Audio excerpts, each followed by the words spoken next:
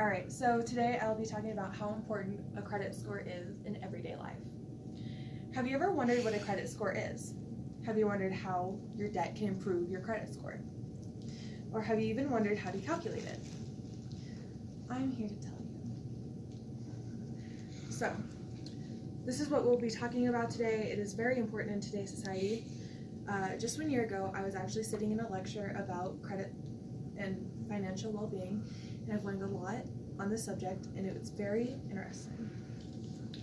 We have listened to Dave Ramsey speak on multiple accounts for credit. Have you ever seen credit commercials on television and wondered, what is that? Why is it so important? So, a credit score is the ability for a consumer to obtain goods or services before payment based on the trust that they will pay back what they have spent.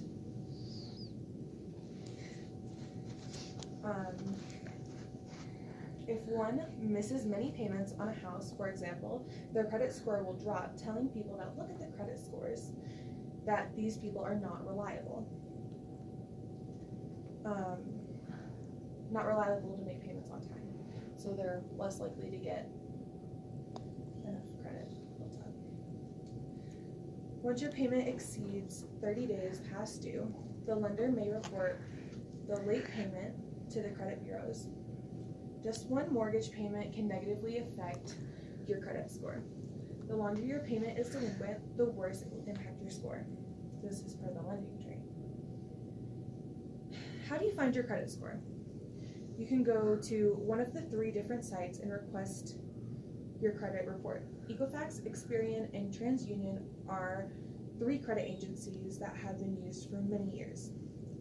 More recently, your banking account. So if you have a credit card, you can look at your bank account and they will tell you exactly what your credit score is. Wells Fargo is a really good site for this because it breaks down the makeup of your overall credit score. It tells you how much you have paid, how much you have in debt. It's very sensitive. So since we have talked about trying to find your credit score, let's visit how we can make your debt improve your credit score. Oftentimes people obtain a credit card and think, this is free money. This is my free money, let's go, credit card, right? Don't have to pay it back. Wrong! You have to pay back everything that you spend on your credit card. You know, debt is a very icky word, however, when we make it work to our advantage, it's really helpful. So you have, not credit loans, but college loans, right? A lot of debt, a lot of stuff you gotta pay back, but if you keep paying that back on time, it'll tell everybody that, hey, you can afford a house. You're gonna make these payments. It'll be amazing to your credit score. There's also good debt, which is, you know, what I was talking about, where it just improves your credit score all the time, consistent. It's a reasonable expectation, lasting benefit from your purchase and repayment terms that are fair and affordable. Now that you know debt improves your credit score, let's look at what we can do to raise your credit score. Pay your bills on time.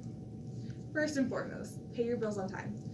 Let's get your credit for making utility, cell phone payments, and any other debt that you have on time.